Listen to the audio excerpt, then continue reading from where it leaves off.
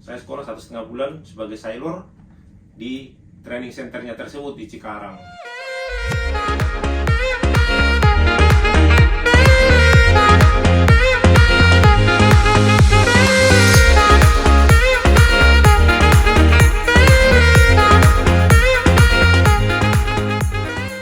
Hanya menunggu 2 minggu, saya langsung berangkat dari Jakarta. Itu visa mereka yang ngurus ya, kita hanya datang untuk interview visa Amerika.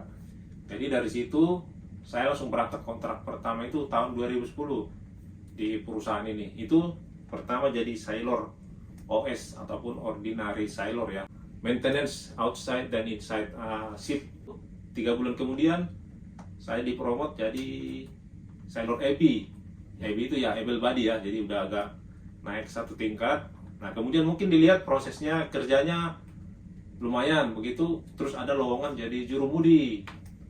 Saya dipilih juga salah satu menjadi jurumudi, atau dibilang itu kalau di sini quartermaster ataupun Navy helmsman ya. Jadi kontrak kedua dan ketiga, jadi saya bertemu dengan orang yang dulu saya omong ke dia itu bagaimana cara proses masuk ke kapal pesiar itu. Dia itu kaget, tapi saya tidak merasa ini. Jadi saya itu merasa menang dalam hati saya, dan saya tidak omong ke dia. Itu hak dia mau bagaimana. Yang penting saya itu sudah bertekad, kamu akan melihat saya. Dan juga saya menang dalam hati saya sendiri, karena saya mencapai cita-cita saya itu tersebut dengan proses ataupun usaha sendiri, dan juga tidak membebani orang. Jadi kalau kalian juga mau mempunyai cita-cita, mau kerja di laut, yang penting satu, dimanapun pekerjaan kita itu, usaha, bekerja keras, dan juga berdoa, jangan lupa, itu salah satu. Itulah proses saya itu bisa sampai di titik ini ya. Teman-teman bisa dengar dari awal tadi, prosesnya Bang Risma ini nggak segampang yang teman-teman lihat di sekarang-sekarang ini. Jadi semuanya berproses, masing-masing ada prosesnya. Beliau ini sampai nekat kerja apa aja, merantau, terus harus berjuang cari uang sendiri, sekolah sendiri, terus ada orang yang tidak membantu, padahal sekampung gitu loh teman-teman. Jadi ibaratnya terkadang itu keadaan yang memaksa kita harus berjuang gitu. Dan tadi juga teman-teman lihat prosesnya juga nggak seenak yang kita ini ya, nggak semulus yang kita bayangkan. 2 tahun kerja di kapal, padahal nggak tahu ngapain di kapal, lost contact sama keluarga, terus masuk melamar lagi, masuk kapal pesiar juga harus dari bawah, bekerja keras dulu, dan menariknya lagi ketemu lagi dengan orang yang sama itu. Nah itu yang membuat menangnya di situ ya, kerennya di situ, karena kan aku bisa ada di kapal, nggak juga butuh bantuanmu, aku juga bisa berusaha gitu. Cuman kan dulu kan berpikirnya Bang, kalau ada sekampung kenapa enggak gitu ya Bang ya. Tapi ternyata nggak semua orang punya hati atau punya kemauan untuk saling berbagi ataupun membantu teman gitu ya teman-teman. Jadi aku itu dikenalkan Bang Risma ke kapal ini 5 tahun kemudian. Jadi selama ini kan kurang lebih 13 tahun Bang ya. Ada nggak sih titik pengen udahan atau ada nggak sih setelah udah kerja di kapal nih, kan beda ya kapal ikan sama kapal pesiar, apalagi 13 tahun. Ada nggak sih masa-masa yang kayak udahlah gitu, ataupun menyerah, atau udahan, atau titik puas, atau apa sih perasaan Bang yang paling kerasa selama 13 tahun bekerja di kapal pesiar ini? Kalau mungkin karena saya masih lajang ya, jadi ya kalau dibilang bosan itu enggak. Kenapa? Jadi kita itu selama pekerjaan kita itu kita menikmati ataupun mensyukuri, seberat apapun pekerjaan itu pasti kita lalui dengan ya senang hati lah istilahnya ya. Kemudian tanpa beban. Kadang kan memang tidak semua itu orang mempunyai pasti ada lah yang punya masalah di rumah ya kan, pasti di sini terbebani dengan kondisi yang di rumah atau bagaimana ya. Untuk itu tadi ya pintar-pintar kita untuk membawa diri. Jadi kalau batasan sampai itu merasa bosan atau apa, mungkin buat saya sendiri nggak terlalu bosan, cuman karena saya menikmati pekerjaan saya itu tadi dengan menjalankan sungguh-sungguh ataupun gimana ya, dengan senang hati ya. Tetapi mungkin kedepannya tidak selamanya juga akan di sini kan, tidak ada, pasti ada peluang lah untuk melihat situasi di darat. Bisa jadi nanti misalnya melihat kalau ada pekerjaan di darat, ya kenapa tidak? Kan banyak itu yang mengatakan bagaimana sih proses kerja di kapal pesiar. Jadi sebagai orang dek, ya intinya kalau di orang dek itu satu pengalaman itu orang dek itu bukan seperti orang hotel, mereka kan dari hotel.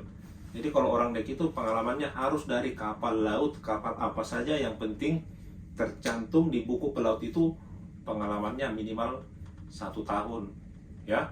Kemudian punya BST, ECRB, ANTD, ya tergantung dari engine ataupun di dek departemen. Kemudian yang paling utama itu bahasa, itu bahasa, karena interview itu dilakukan dengan bahasa Inggris sesuai dengan keahlian ataupun kemampuan kita selama pengalaman kita itu ada. Jadi itu yang ditanya gitu. Kemudian kalau mau melamar itu jangan asal melamar, lihat dulu itu perusahaan bonafit atau tidak. Jangan nanti duit kita sudah habis berpuluh-puluh juta, ternyata perusahaannya tidak bonafit ataupun tidak jelas. Jadi yang kedua ya, di perusahaan kita ini, kita itu kerja, melamar kerja, tidak dipungut biaya. Ya. Maksudnya kan ada itu yang perusahaan dicas segini puluhan juta. Kalau kita itu mengeluarkan duit hanya untuk mengurus dokumen pribadi kita, ya seperti mengurus kayak paspor, kemudian visa, kartu SKCK atau yang lain itu BST atau apa itu untuk kepentingan pribadi. Kalau namun suruh bayar ke administrasinya perusahaan itu salah, tidak benar. Kemudian itu penerbangan ongkos itu ditanggung oleh perusahaan. Medical juga itu gratis asal kita sehat ataupun fit. Tapi kalau ada sakit misalnya gigi berlubang apa itu kita bayar sendiri. Ya. Kalau tiket itu berangkat pulang itu biasanya ditanggung oleh perusahaan. Kalau memang niat silakan terus.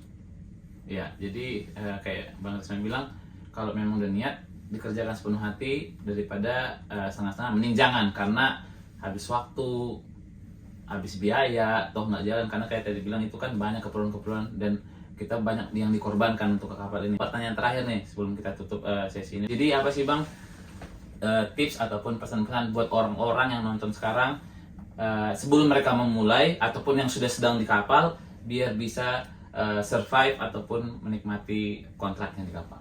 Oke, jadi sebelum memulai di kapal pesiar itu seperti yang saya bilang tadi, jangan tanggung-tanggung ya. Kalau memang Anda sudah siap memutuskan untuk kerja di laut, berarti itu sudah pilihan ya. Jangan nanti baru 2 bulan melihat, karena situasi kerja di darat itu beda sama di laut ya. Apalagi kalau dibilang mabuk laut, itu bahaya ya. Kalau memang sudah niat terus berjuang, capai mimpimu ya, untuk mencapai tersebut apa? Yaitu tadi bekerja keras, berusaha, jangan lupa bertanya ataupun belajar ya. Kemudian yang ada di kapal itu seperti saya bilang sudah 13 tahun kurang lebih lah ya. Ini masih belum seberapa, ada juga yang udah 25 tahun ya. Tapi itu tadi, kenapa bisa sampai begitu? Karena saya itu menikmati apa yang saya kerjakan. Jadi perasaan jadi bawa enjoy, karena apapun pekerjaan kita ya, tidak hanya kerja di laut, di darat juga. Kalau memang kita itu terbebani, itu terasa berat ya. Kalau memang kita mencintai, menghargai, mensyukuri pekerjaan kita itu, seberat apapun itu pasti lancar-lancar aja. Itu saja masukan dari saya. Kemudian kalau ada yang bilang bayar, kalau sudah dibilang masalah duit dulu, kalau kerja di kapal pesiar, stop. Jangan ya. Karena kerja di kapal pesiar itu yang saya tahu ya, seperti di perusahaan kita itu tidak bayar ya. Selain dari seperti yang bilang tadi, dokumen-dokumen pribadi, ya itu normal lah ya. Mau orang ini kita sendiri sih, kayak paspor, buku pelaut, segala macam, itu kan hak milik kita. Berarti kita harus mengeluarkan beberapa rupiah lah untuk mempunyai itu. Oke? Sekali lagi terima kasih sudah mendengarkan sharing dari Bang Risma, seorang pelaut yang sudah bekerja 13 tahun kurang lebih di perusahaan dan masih menikmati sampai sekarang. Dan jangan lupa, seperti yang saya bilang sebelum-sebelumnya, beliau ini adalah seorang YouTuber. Follow YouTube channelnya Risma Sitanggang, Instagramnya juga sama akunnya. Terus Facebooknya juga Risma Sitanggang Official. Subscribe juga, like juga. Kenapa? Karena biar yang pengen kerja di bagian deck atau bagian nautical pengen tahu banyak, di sini sudah banyak informasi karena beliau sudah subscribernya udah nggak kehitung lagi, sudah ratusan ribu. Jadi tinggal pilih informasi mana yang mau dicari, tinggal klik. Oke, dan juga jangan lupa follow ya YouTube saya Tomir Morbo, terus Instagramnya tomtomku88, YouTube juga sama tomtomku88, dan Facebook juga sama Tomir Morbo Official. Baiklah teman-teman, terima kasih buat waktunya. Semoga ilmu ataupun sharing-sharing ini bermanfaat buat kita. Semangat terus. Salam dari Tommy Seplot Hits. Salam natural dari Risma Sitanggang. Terima kasih. Horas. Horas.